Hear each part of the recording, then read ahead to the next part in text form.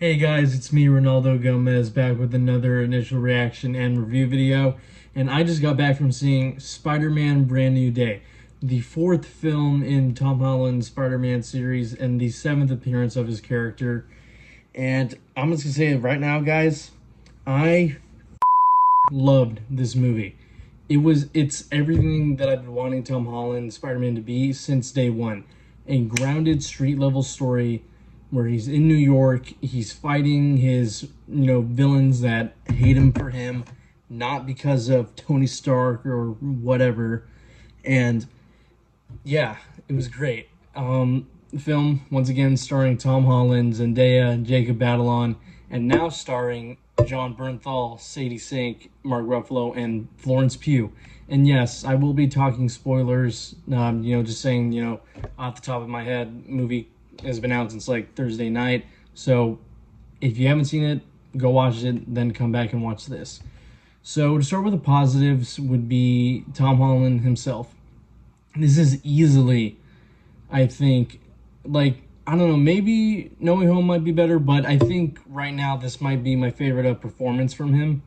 And also, my movie theater had this really awesome posters that they were giving out with Tom running up a building and his reflection in the window. Really, really great. But back to what I was saying. Yeah, I think this might be his best performance. I really do feel the struggle that Peter is going through, physically and mentally, with him having to cope with the fact that, Ned and MJ don't remember him. The metamorphosis he's going through with the movie, with getting organic webs and stuff like that. The action in the film was great. Destin Daniel Cretton is, I think, a phenomenal director. I loved what he did with Shang-Chi and Wonder Man. If he continues to direct like the next two Tom Holland Spider-Man movies, if they choose to, make another trilogy, I'll be completely happy with that. I'm gonna be psyched for that.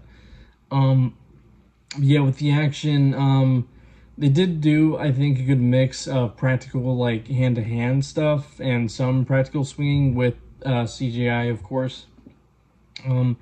The opening montage was really, really great. The intro, showing him fighting Scorpion, Boomerang, Tarantula, Tombstone, played by I forget the actor's name, but I know he also voiced Tombstone in Into the Spider-Verse.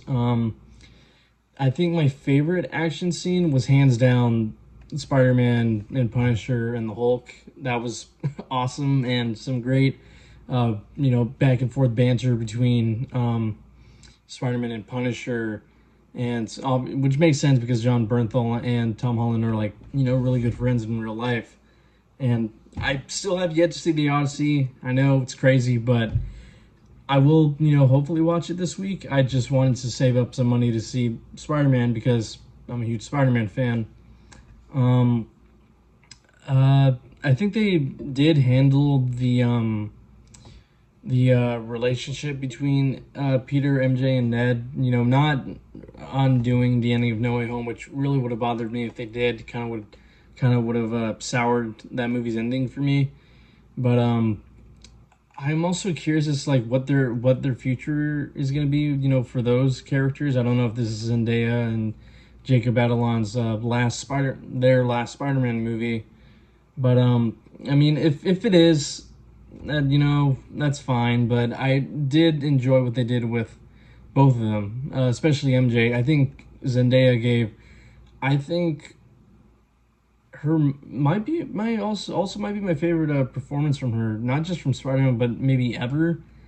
I don't know if I'm gonna quite say that yet because I never saw Euphoria or the Dune movies, so I think strictly just talking Spider-Man, definitely her best performance in Tom Holland's Spider-Man movies. For some mixed things, even though I did really like the opening montage of him fighting all of his, or some of his classic villains in his rogues gallery, I do wish there was more Scorpion, because Michael Mando is a great actor, Better Call Saul, and the actor who voiced Tombstone playing him here is also really, really good. But Other than that, don't really have a whole lot of other mixed things other than some iffy CGI, here and there. Um, or no, sorry, I almost forgot. Another mixed thing. It's like a mix, but it's also a positive, and that's Sadie Sink, who is confirmed to be Jean Grey. Which, like, I mean, we all knew that, of course. That was like one of the worst kept secrets up until the release of the movie. She was great. She was really, really good. Might be my favorite live action Jean Grey. In terms of like other, like media's animations, definitely Jean Grey from X-Men '97. That's still my favorite, but for live action, Sadie Sink for sure.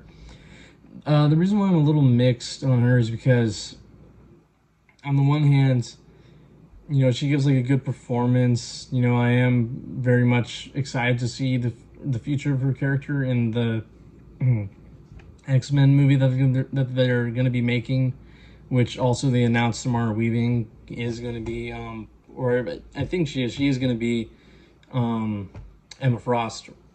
Great casting, by the way, but. Again, with the reason why it's a bit of a mix for me is because I feel like they made her a little too evil, because she is basically the villain of the film, but like felt like I am supposed to feel sympathy for her because of her sister being killed by damage control, but some of the other things that she does in the film I felt were like a little too evil, like almost killing MJ by taking control of her body and making her almost basically jump off a building. And this one little moment where she took control of a guy's body and made him walk into the street and get hit by a truck, and they didn't even confirm if he was dead or not. That was, I thought they were going to show like someone like going over to like help him up and he would be alive, but no, he just gets hit by the truck, and Peter goes to find Jean Grey. Yes, yeah, that was iffy. I don't have a whole lot of negatives. I mean, I guess those mixed things can kind of be viewed as negatives, but overall, I really did enjoy this film. I do think it might be in my top 5. I don't know. I am going to post a ranking on my YouTube Shorts tomorrow. That's also when this review will be uploaded.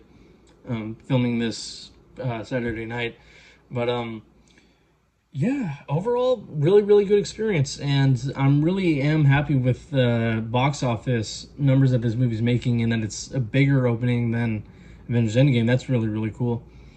I think my final ranking will be, I think, a 5 out of 5. 5 out of 5 for sure. Yeah. Yeah, so that was my initial reaction and review. If you enjoyed my initial reaction and review, make sure to leave a like, comment, share, and subscribe. And I'll see y'all in the next one.